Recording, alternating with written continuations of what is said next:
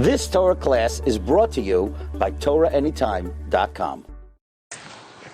Okay, I'm going to have Shabbos Rabbi said. Today we're going to do something unbelievable because I'm going to draw your attention to one of the Masechta Ketanos, which is known as Masechta Semuchos.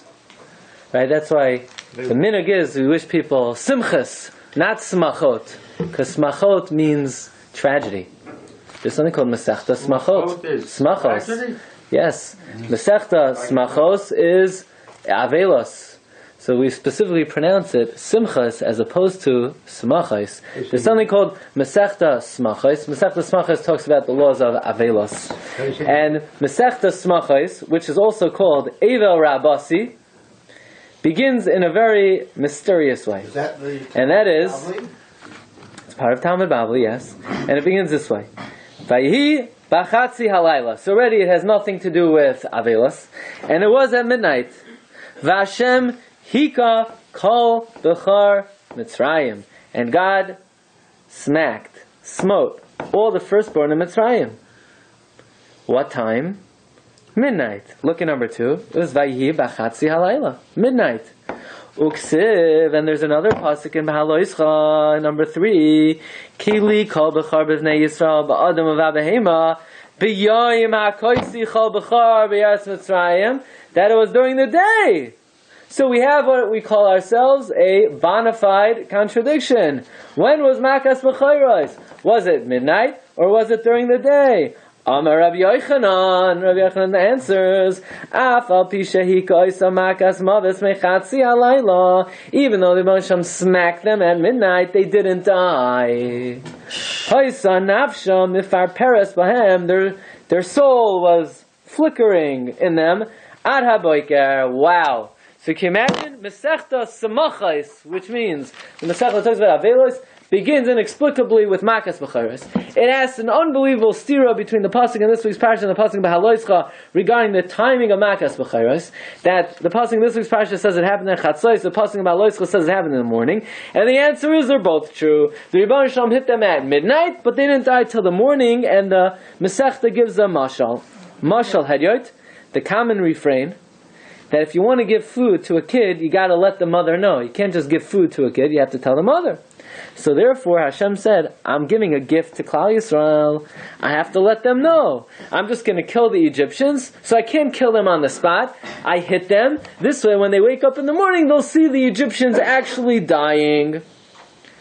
And the $1 million question is, what in the world does this have to do with Semuchos? What does this have to do with Avelos? Because if you look in the beginning of Masechta Semuchos, the first halach and the first parak are the dinim of a goises. Ha-goises harehu kachai l'chol davar. A goises is someone who's about to leave this world, is considered fully alive. Regarding Yibum, it patters from a Yibum, and he could be Meichel Truma, and he could Paso Truma, and he could be Noichel, and he could be Manchel. Why would Masechta Semuchos begin with an inexplicable stira regarding Makas B'chayros?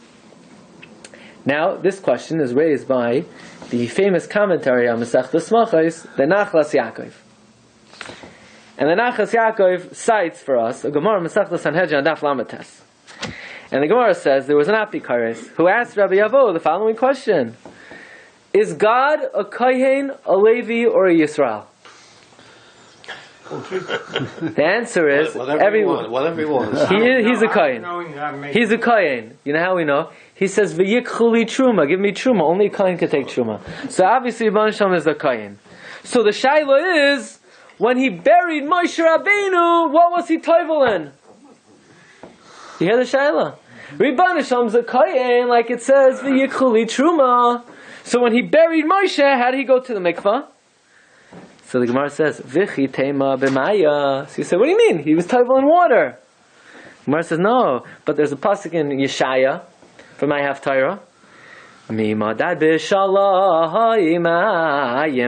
Could he measure water? In other words, if he would measure all the water in the world, Rebbeinu Shalom couldn't be toivel in that water. Rebbeinu Shalom encompasses everything. There's not enough water in the world for Hashem to be toivel in.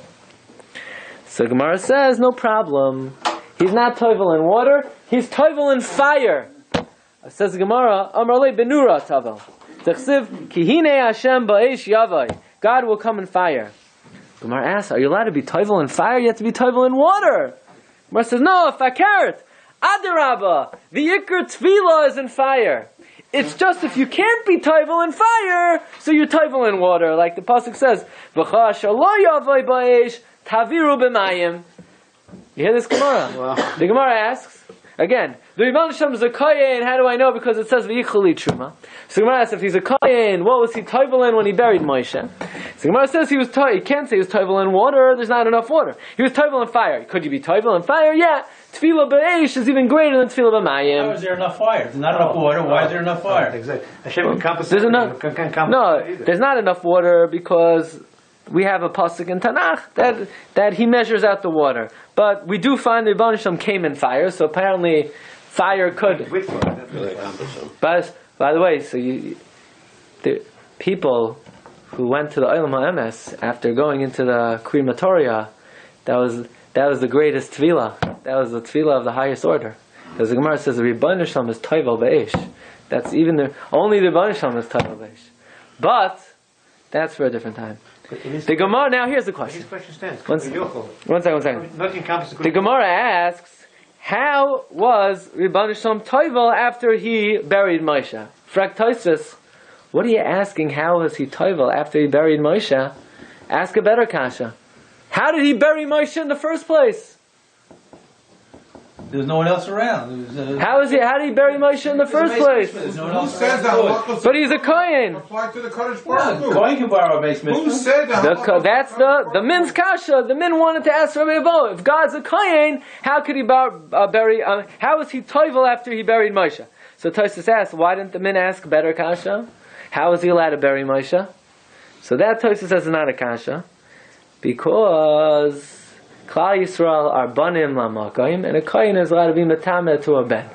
Okay, that's the only reason why Hashem was allowed to be kover Moshe Rabbeinu. I mean, it's better. A ben is one of the Zion Kroivim. So I would say, what do you mean? But the Rebbeinu Shem's a kohen gadol, and a kohen gadol can't be metameh. I don't know. That's what we don't know that. All we know is Rebbeinu Shem's a kohen, like it says v'yichli truma. Is he a kohen gadol? No, it doesn't. We don't find he wore the shemanim begadim. We don't find he's a kohen gadol. That's the information I'm giving to you right now. 1 second. But here's the problem. Are Mitzrim banim lamakoim? No. So how could Hashem kill the Mitzrim? How is Hashem allowed to be metameh if Hashem's a kohen? And the only reason he's allowed to be metameh to Moshe is because Moshe is a din of a ben. How could Hashem perform makas b'chayros? That's why it's not with Thomas. What? God is not metameh b'oyel, but he's metameh b'negiah. How do we know that? How do we know the laws of Tumah apply to a That's what you see from the Gemara in Sanhedrin. Wait, says equally Truma. That's what the That doesn't Gemara. mean that the laws apply to him. Again, I want you to take Truma, and that it applies to human beings, certain halachos, but... that's what you would say, but from the fact that Rabbi Avo entertained the question of the min, that means Rabbi Avo took the question seriously, that the Rebbeinu Shalom has to abide by the laws of kahuna. The min asks, if Rebbeinu Shalom's a kohen, like it says, v'yichali truma, so then how could the Rebbeinu Shalom, how was he toivel after he buried Moshe?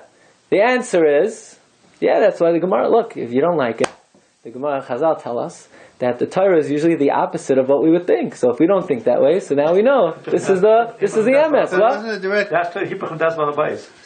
I was being nice to that. But yeah, that's what the Gemara says. The Gemara says Rebbeinu Shem abides by the Dinei Kahuna. So he abides by the Dinei Kahuna. So then, how was he able to perform makas v'chos? You know what the answer is? Didn't die right He away. didn't kill them. He die hit right them away. at midnight, and they died in the morning. In other words, the hakdama to Masechta Semuchos is bothered by a kasha. It's bothered by Tosfos' kasha. Tosfos wants to know how Moshe Rabbeinu was toivel after burying Moshe, and the Gemara doesn't ask how was Moshe metame, and that the answer is because he's a ben. So how did Moshe do makas b'chayros? The answer is because he smit them at midnight, but they didn't die until the morning. But 1 second, they didn't die. But if you hit someone with a fatal wound, aren't they considered dead already? Oh, we have a raya that a goyses is a chai. That's why the first halacha in Masechta Semuchos is hagoyses chayhu l'chol davar. In other words, says in Achaz Yaakov, we need to begin Masechta Semuchos with the makar in the Torah that a goyses is a chai. What's the makar in the Torah that a goyis is a chai? The makar is makas b'chayros. How is makas b'chayros makar that a goyis is a chai? Because since the Rebbe Shem is a kayin, so how could he kill the b'chayrim? The only way is he hit them and they didn't die till the morning. But what do you mean? But they're gonna die, so aren't they dead? No. We have a raya from the Pasuk in this week's Parsha. Ha goyis is harei chai l'chol davar. That's the hakdama to Masechta Semuchos. Says in Achas Yaakov. Why would we think that the ghost is dead? Why would we think that the ghost is dead? Why? Because Chazal say you can't even touch his eyelid because it will kill him. Because it would kill him. At that point, he's dead. At that point, he's dead. Until that point, he's alive. Yeah, but the fact that the Mishnah has to say Agoisis is a chai, that means you would have thought otherwise. In other words, a treifa. The halach is, what if you kill a Agoisis? Are you chai misa? Lav dafka. You're not chai misa. You didn't kill a viable person. You're not liable to the death penalty if you kill a Agoisis. Why? Because he's going to die. So if you're not liable to death penalty, that means you would think an halachically is considered a mace. So what is the Torah telling us in Pasuk Yud Zayin? The Yom Hakosi Kol B'chor. So the Hashem was Hakosi in the Yom too. So if we say that Hakosi means he smit them, but they didn't die. So the Maseches what did he do on the Yom? So if the Hakosi Yom was when they died, so how was he Matami then too? What's the Hakosi? No, he wasn't Matami them there. He hit them. The blow was in the night, and the day they suffered the punishment of the. Good, that's how you read it. But the Masechta Semuchos reads it that it was the result of the hit that took place the night before. What is a ghost? How do we define a ghost? Ghost is someone who's hanging on by a thread. But hanging on. Yeah, right. At what point does he become a ghost? We just said that. At what point? Yeah. Learning that from Hakosi that they didn't die. I don't know. At least it doesn't say a mashkes ben a night. Oh, we'll get to that. Rabbi say the Masechta Semuchos has a shadik. The Masechta has a stira. One pasuk says that it was b'chatzei alayla. One pasuk says it was b'yom, and the answer is he hit them in the night, and it did not take effect until the morning. We want to know, what does that have to do with Masechta Semuchos, the hakdama to goyis? The answer is, since Rebbe Shem is a kayin and he can't be matami, he can only be matami to Moshe Rabbeinu. How is he matami to the Mitzrim? The answer is he just smit them, they became a goyis, they didn't die till the morning. Now we understand the hakdama to Masechta Semuchos. Now I'm going to tell you a big chiddush. Everything we just said has tremendous ramifications halacha l'maisa. Unbelievable nafkaminas halacha l'maisa. So if you didn't like it, well, you better. So it says the Shalos Teshuvos, Shvos Yaakov, Chelek Aleph, Simin Yud Zayin. What's the halacha about? We know if you have a kid, even if you're not a bechar, but if you have a son who's a bechar, who's a katan, you have to fast for your son. The father takes responsibility to fast for the son until the son becomes a gadol. Well, what if you hear good news? You go to the hospital the day before Erev Pesach. Mazel tov! You have a baby boy. The leil b'dikas chametz. So now you have a little bechar, but the bechar was born after the zman chiyuv of tainas becharim. In other words, tainas becharim is Yudal and Nisan. What if a kid is born the night of? In other words, he's born after the zman of the chiyuv. Does the father have to fast for the son? After the month. Isn't there a certain time that before then you don't have a shame of a living? No. For the first 30 days, we don't know if you're a ben kayama, but we have to assume you are. In other words, if the kid was born a day before, if a kid is born on Yud Gimel Nisan, the father for sure has to fast, because when the day of Tainas B'charim came, the kid was potentially liable to fast, and the father has to fast. But what if the kid is born after Tzeisak Chavim Yudala Nisan? This is the question that was raised by the Shvus Yaakov. Look at number 8. Mi shenerled loy ben b'char b'leil yadal b'nisan ima'av chayiv miyad lehisanois b'yoy machar. A kid is born on the night of the 14th. Is the father chayiv to fast immediately during the day on Erev Pesach? Oyenu m'chayil lesanois kivan shloi noilad koydem shenichnas yadaled. Since he wasn't born before the 14th. No, just the first year. The second year, of course, you have to fast. It's a bechar, and the bechar is entering the beginning of the fast. Let's see. We learned didn't die until the Yom. So if they didn't die until the Yom, the fast was really chal only during the day.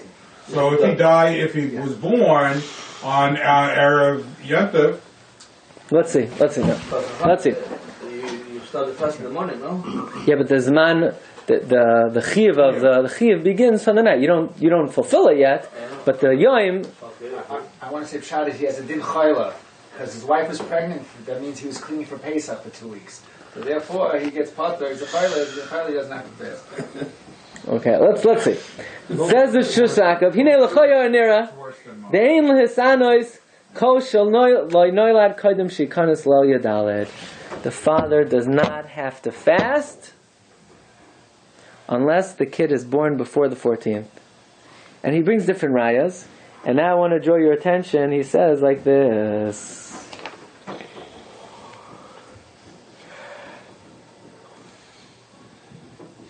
Kivan. The first word on the line is v'chayvasai, about halfway through. See where it says the first one on the line v'chayvasai? The third word on the line, v'kivan. V'kivan shetayna zu hu shemasan and zeichel anes shenitzaylu mimakas v'chayras. What's the fast for? It's commemoration of the miracle. Ubevadai vlad ben yoimai. And certainly a kid, even a day old, afilu sha'achas, even one day, Hava b'char l'nachla. He's a full-fledged b'char. Noichel, he could inherit. Umanchel, and if he dies, his relatives inherit him. And that's what the Gemara says. And if you kill him, you're chayiv. Mimkein b'makas b'chayrim. That the psukim say in many places. Umeis kol b'char. Even these types of ketanim that were born a day before died in makas b'chayros. And it says even more than that. Even children in their mother's womb died. Certainly of Vlad ben Kayama. But only someone who was born before Chatzos would have died by Makas B'chayros, not someone who died after Chatzos. So listen to what he says. He says, "Va'anan misanin b'yudalid." When we fast on the 14th, we fast ki'ilu by b'yom hayahamaka, as if Makas B'charos happened. Makas B'charos didn't happen on the 14th. Makas B'charos happened on the 15th. But we fast on the 14th, as if it was the 15th. Says the Shvus Yaakov was a kid who was born after midnight. Included, would he have been included in the Gzera of Makas B'chayros? After midnight on the 15th. If he was born after midnight on the 15th, It wasn't midnight. would he have been part of Makas B'chayros? No, it was happened at midnight. It happened on midnight. But 1 second. It happened midnight, but it happened in the morning also. No, it started They died in the morning. So listen carefully. Ready for this? The Maseches Semuchos had a stira. One pasuk says it happened midnight. One pasuk says it happened in the morning. Why didn't the Maseches Semuchos just answer simply? Midnight were for the kids who were born before midnight. The morning one was for the kids who were born after midnight. Why did the Maseches Semuchos answer that? Why did the Maseches Semuchos give a simple answer that there was another one in the morning for all the kids who were born that night? The answer is because those kids who were born that night didn't die.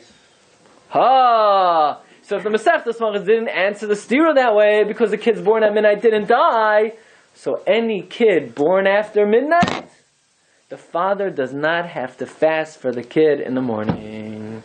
Here, halacha l'maisa, Shvus Yaakov paskins, based on what we learned in the Maseches Semuchos, that if we could prove that from the fact that the Masechta did not answer simply that the pasuk of midnight was only for the kids born before midnight, and the pasuk of the morning were for the kids born after midnight, that's a raya that the kids born after midnight, there was no gzeira on them, they were not warned, and therefore the father would not have to fast. He says, look, we're 1, 2, 3, 4, 5, 6, 7, 8 lines from the bottom, 9 lines from the bottom. B'chein mistaber any kid born after the Makkah was not warned. If you look in the beginning of Maseches Semuchos,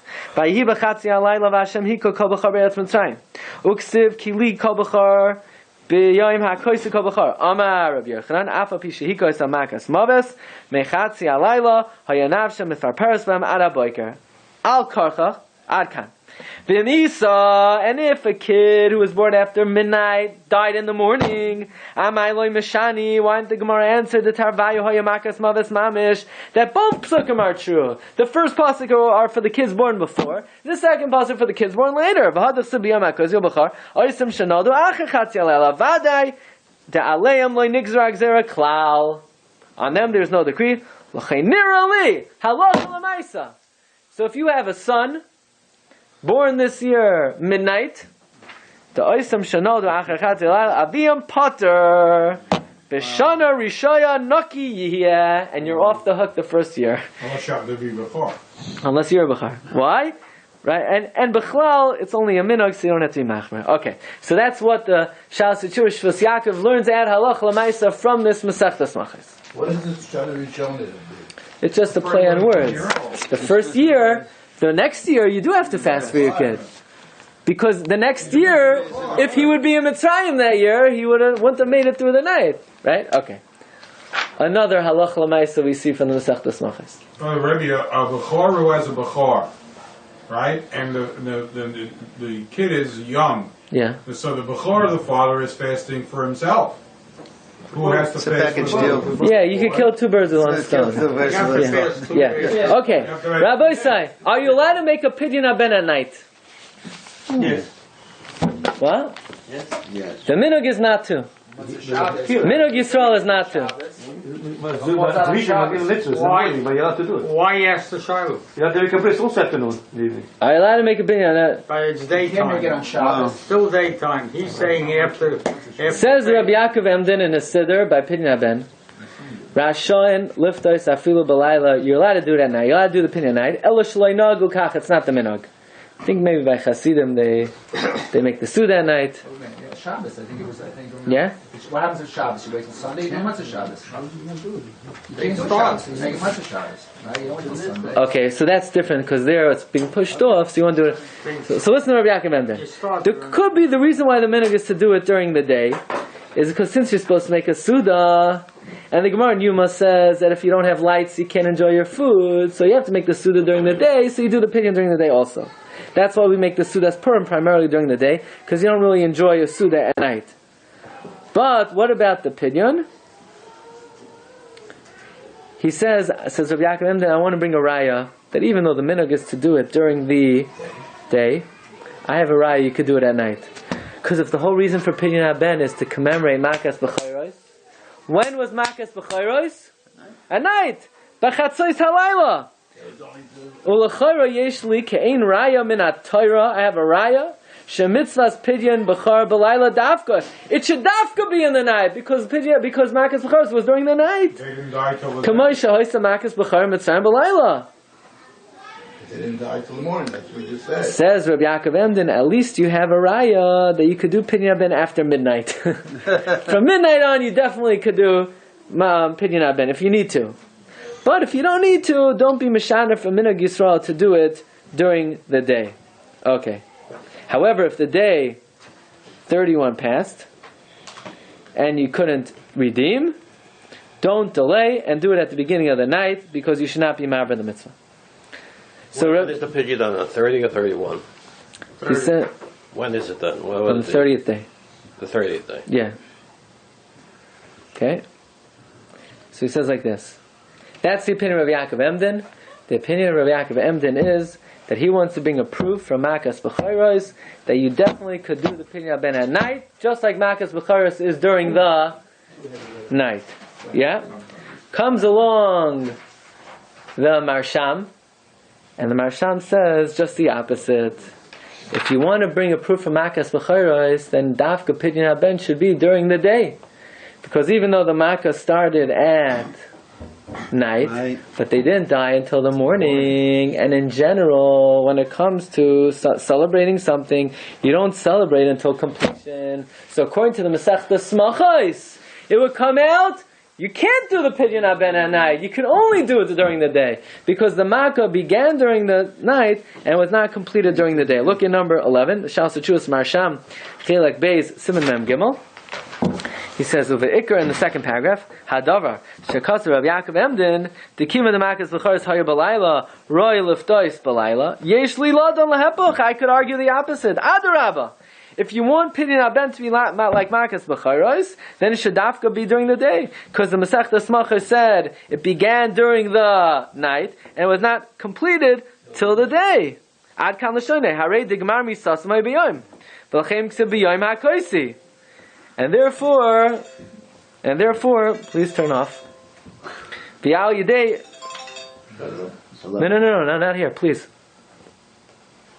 And therefore, the Shalas Marsham says that one cannot do Pidyon Haben during the nighttime, according to this argument of Rabbi Yaakov Emden, because just the opposite. If you want it to be parallel to Makas B'chayros, then it should be parallel completely, and you should not be able to do it until the morning.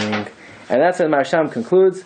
Yesh kama ta'amim lahachzik b'tama minog shaloi liftos b'layla. There we have many reasons to uphold the minog of not doing pidyon at night. L'chein nochein hadavar l'kayim hamitzvah min hamuvchar lasas hapidyon v'hasuda b'yayim.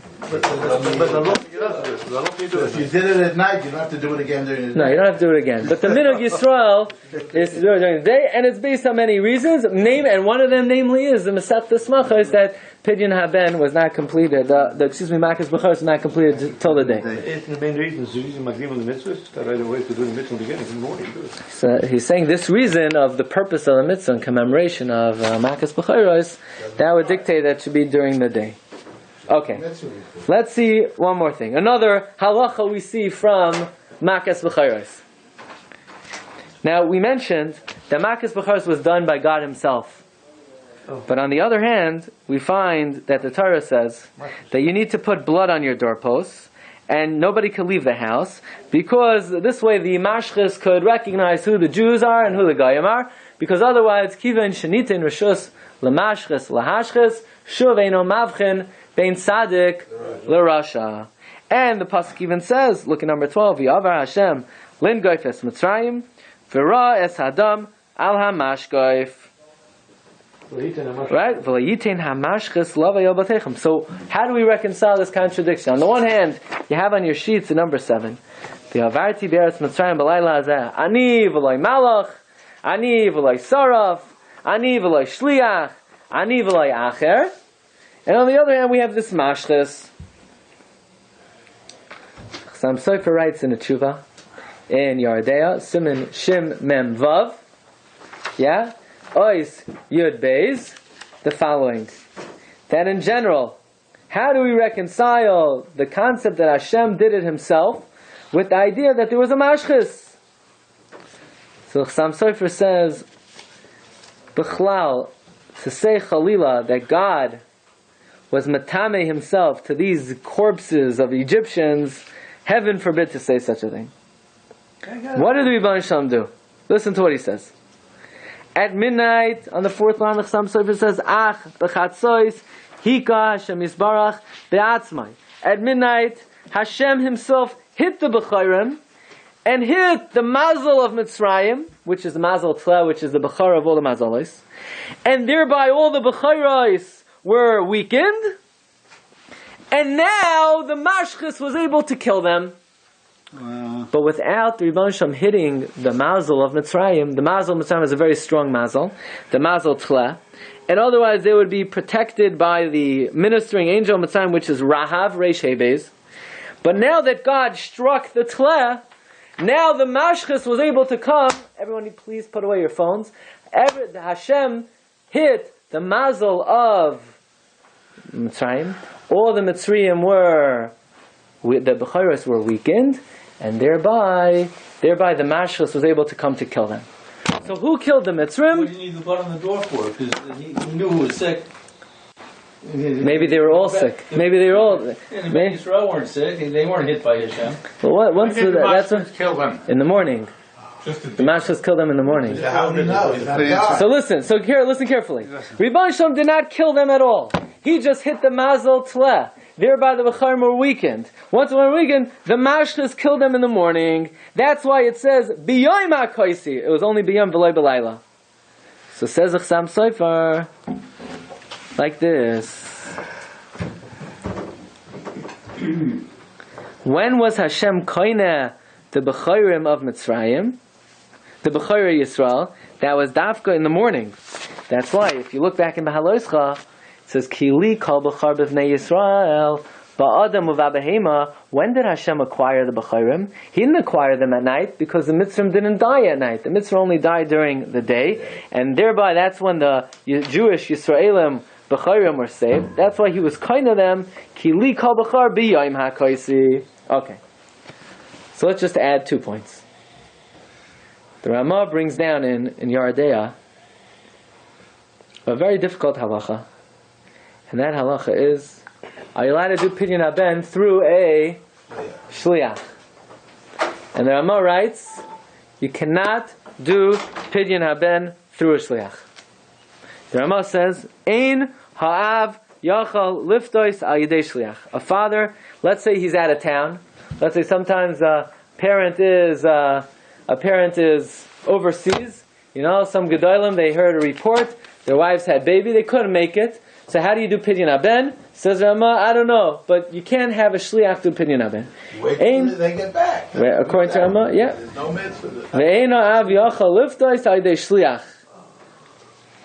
So the Shach asks, why not? Why is it different than any mitzvah in the Torah that you're allowed to do Aydei Shliach?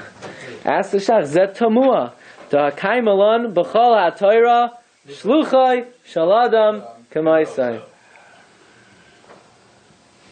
this halacha of the Ramah comes from the Rivash. Oh, very good.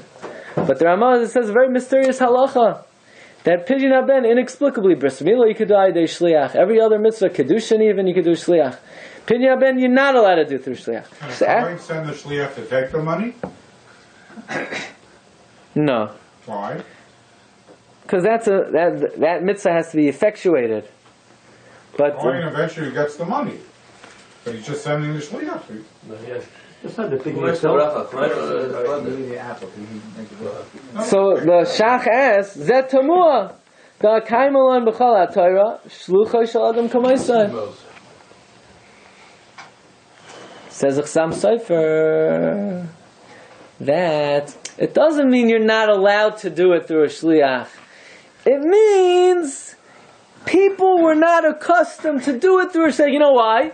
Because since Makas B'chayros was Ani v'loy Shliach, Ani v'loy Malach, Ani v'loy Saraf, and the purpose of Pidyon Haben is Zeicher to Makas B'chayros, like Rabbi said. So therefore, the proper way to be Makayim the mitzvah of Pidyon Haben is the way the Makas B'chayros was performed, Ani v'loy Shliach, and therefore says Chsam Sofer in Yeridei Simrei Tzadik Gimel number 16. V'hacha b'Pidyon Haben nirali gamkein ein regilan lasa Shliach mishum dechsev v'avarti be'eretz Mitzrayim ani v'loy Shliach al kain's reason lasois be'atzmai v'loy aydei Shliach zeichel anes. Says the Chsam Sofer, even though this would not be a reason you're not allowed to do it through Shliach, but people were not accustomed to. One last Maramakim, and this comes from the Midrushe v'chidushe Rabbi Akiva Eger al HaTorah. Okay, ready for this? Pidyon Haben, is it Me'im or Me'av? Oh, it's Name. It's Me'im, it's Peterechem. Right. Not the firstborn of the father, firstborn of the mother. So ask Rabbi Akiva Eger, why? In Mitzrayim, who died? both. The Bechar of the father or the Bechar of the mother? Both. Both! So then you should do Pidyon Haben on both. That's Rabbi Akiva Eger's kasha.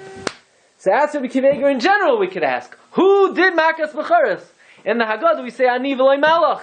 And the Pasuk says, Lo yitin ha-mashchis. Who did it? Was there a mashchis or was it God? Says that Rabbi Akiva Eger, there were two Makas B'charis. There was one for Bechar Me'av and one for Bechar Me'im. Who the firstborn of a father is, no one could know. People are there, they know exactly which is Tipa Rishina, which is not. Who could, right? Who the father is it could be very confusing in some places, right? So who a father is, only the Rebbeinu Shalom could know who the father is. So only the Rebbeinu Shalom could know.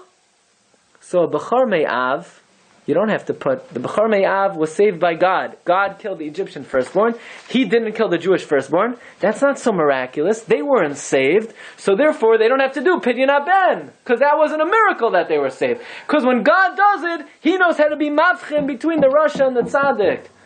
But Bechor Me'aim, who the mother is, you see the kid coming out of the mother. You know who the mother is. That was able to be done by the Mashches. The Mashches doesn't know the difference between the Jews and the Goyim.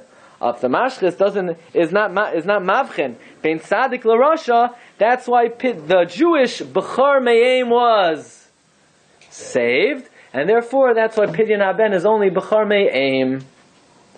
So says Rabbi Akiva Eiger, there are two Makas Becharas. One by God. The one by God was for Bechor Me'av. The Bechor Me'av was saved by God. That's, of course, Rebbeinu Shalom is not going to kill the Jewish firstborn, and therefore that's not really miraculous, and therefore there's no mitzvah Pidyon Ben by Bechor Me'av. The Bechor Me'aim was killed by the Mashches. That was a miraculous salvation of the Jews, and therefore you have to do Pidyon Ben. And that's why Pidyon Ben is only Bechor Me'aim. So I just want to point out. Yeah, that's halacha.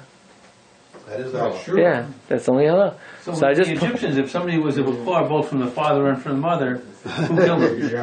Who killed? I don't know. It's a good shaila. I just want to point out that this Rabbi Akiva Eiger is against the Chasam Sofer. The Chasam Sofer said what? Why do you have to do Pidyon Ben yourself? Because Hashem did it Himself. Hashem only did Himself the Bechor Me'avs. But the mitzvah of Pidyon Ben is Bechor Me'aim. And Bechor Me'aim Hashem didn't do Himself. The Bechor Me'aim Hashem did it al yidei the Mashches. You hear? Chasam Sofer's whole Torah was that why should you do Pidyon Ben lo al yidei shliach? Because Hashem did Makas Rosh lo al yidei shliach. Well, wait a second. Hashem only did Bechor Me'av shlo al yidei shliach. Bechor Me'aim He did through the Mashches. So it comes out the two pshatim of the Chasam Sofer and Rabbi Akiva Eiger are really arguing on each other. And in fact, so Chasam would say you could do Pidyon Ben B'Shliach. No, Chasam Sofer says you can't. If the Mashches was the one that did Bechor Me'aim, and today we do Pidyon Ben from Bechor Me'aim. I'm saying it. The Mashches was a Shliach. Why couldn't you do Pidyon Ben B'Shliach? That's what I just asked, right? So I'm saying the pshat of the Chasam Sofer does not work with what Rabbi Akiva Eiger is saying. I understand, but I would say it's according to the Chasam Sofer. No, Chasam Sofer says you can't do it through Shliach.